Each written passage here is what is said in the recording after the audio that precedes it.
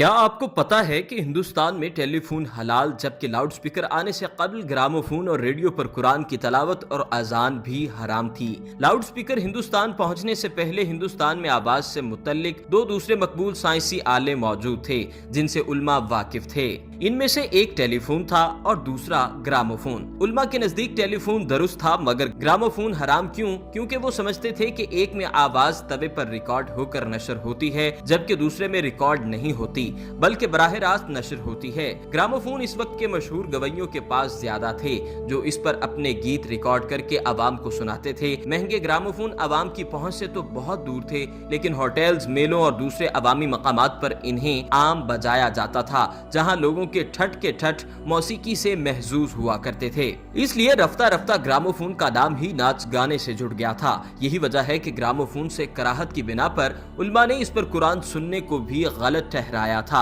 20ویں صدی کے ابتدائی برسوں کی سپر سٹار گلوکارہ گوہر جان کے ریکارڈ ملک کے کونے کونے میں بجتے تھے، لیکن جب اس تیسری ایجاد یعنی لاؤڈ سپیکر کا غلغلہ ہوا کہ یہ حلال ہے یا حرام، تب سوال گونجا کہ آیا یہ ٹیلی فون سے مشابہ ہے یا گراموفون کی مانند ہے۔ اس ضمن میں کوئی شافی رائے نہ آ سکی اور پرنالہ جہاں تھا وہیں رہا۔ لیکن بات صرف لاؤڈ سپیکر اور گراموفون تک محدود نہیں تھی۔ آپ جانتے ہیں کہ سائنس آئے روز نت نئی خرخشیں چھوڑتی رہتی ہے، چنانچہ ابھی لاؤڈ سپیکر جھگڑا فیصل نہیں ہوا کہ ایک اور علت میدان میں آ گئی، یعنی ریڈیو۔ اب ایک اور مسئلہ شروع ہو گیا کہ کیا ریڈیو پر تلاوت سننا یا سنانا جائز ہے یا حرام؟ مولانا تھانوی نے اس بارے میں جو تحریر لکھی اس کے الفاظ ہیں: جس ریڈیو میں گانا بجانا بھی ہو تو اس میں کسی طرح بھی نہ قرآن پڑھنا جائز ہے نہ سننا، بلکہ اس پر قرآن پڑھنا یا سننا قرآن کی بے حرمتی کا سبب ہے، اس لیے اس کا لگانا اور سننا علل اطلاق حرام ہے۔ اس کے چند برس بعد انہوں نے اپنی رائے پر نظر ثانی کر لی،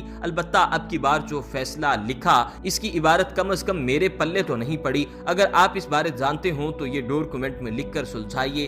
دوستو، مزید ویڈیو دیکھنے کے لیے میرے چینل کو سبسکرائب کریں اور ساتھ بیل آئیکن کا بٹن دبا دیں تاکہ میری ہر آنے والی ویڈیو آپ کو ملتی رہیں۔